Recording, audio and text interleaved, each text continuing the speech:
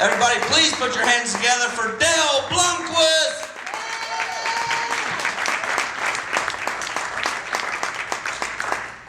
Jay Snyder, everybody, all right. Gotta tell you, this is one of my favorite times of year. I do like Halloween. Not for anything but the commercials, because they're gonna say, come out and see all the whores. The whores are coming out tonight. Where I'm from, we just call that Friday.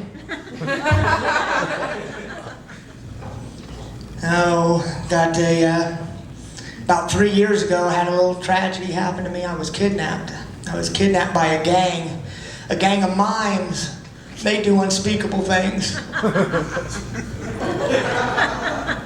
Kept me in a box. Oh, but I don't care. It's always a good time. Went and bought a new book. Bought me a book, an anti-gravity book, and now I can't put it down. I love looking around. I see all the beautiful women out here, and I got to tell you, in my day, because I'm older than everybody here, I would call you eye candy. And I can see by the looks I'm getting back from you guys that you would consider me eye broccoli. It's an acquired taste.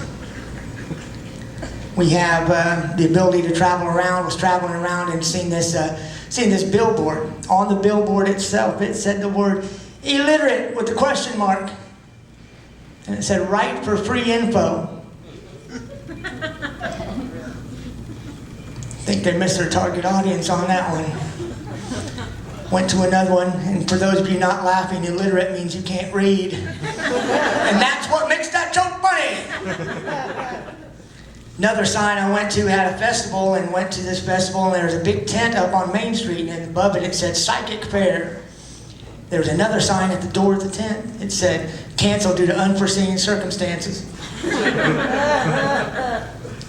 That's it. I see how you like the sign stuff, so that's all I'll do. No more signs. Used to be a caretaker for my dad when he was alive. I went and got to take care of him. Privileged to take care of him. And I would go to the doctor with him, and I'd have to answer the questions. They'd say, how are your bowel movements? I said, well, he has a bowel movement every day at 5 a.m. And the doctor said, well, that's good. That's nice and regular. I said, no, he don't get up till 6. Every day is laundry day. At one of these festivals, I had a guy come up to me running up there afterwards. He said, hey man, buy a raffle ticket for cancer. And I said, that's a crappy prize.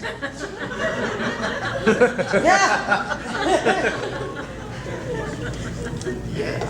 Work at a place answering phone calls. Ever worked in a call center? Don't. But if I work in there, answer the call, people are yelling and screaming and mad from the get-go. In fact, they sometimes open up their argument when I'm talking to them. They say, I need to speak to someone higher than you. Not very likely. Better call back. Good luck next time. I followed my father into the service. Thank you very much. Appreciate that feedback for the military people out there. He was my hero. I followed him in, went to the Air Force, and together we did over 25 years of service. And I'm pretty proud of that. 25 is kind of a landmark. Thank you. I give him most of the credit because he did 23 of those years. But those last 2 would have never got us to the milestone. I was proud to be part of that. After that, I got married, got 2 kids. I remember when my son was like 4 years old, and we went out, me and my wife and him, and we went to like a root beer stand where they had a chalkboard out front. Had when they were open written on it. And my son was just learning how to read. He said, hey, Dad, what are whores? I said, well, that's a gang your mom used to belong to. It's a pretty good way to start a fight right there. But I remember all my friends would always brag about their wives. They'd come up to me and they'd say, hey, Dale, my wife's an angel. My wife's an angel. I said, you're lucky. Mine's still alive.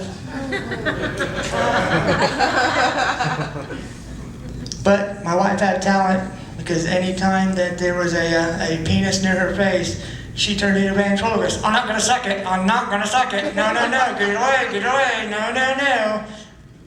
No, don't do ventriloquist. They like to see your mouth move when you're doing comedy, Dale. All right. Well, we have